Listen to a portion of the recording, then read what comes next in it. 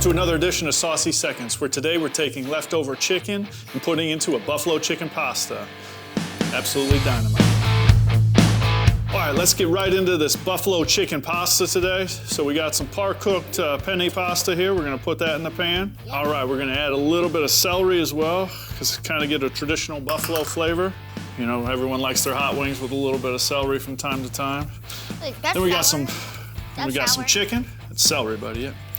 And we're gonna add some hot garlic parm sauce from Madison Street.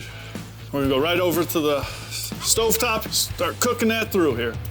All right, after we warm up that pasta a little bit with that hot sauce, we're gonna mellow it off a little bit with some sour cream. That's gonna give it a real creaminess to it.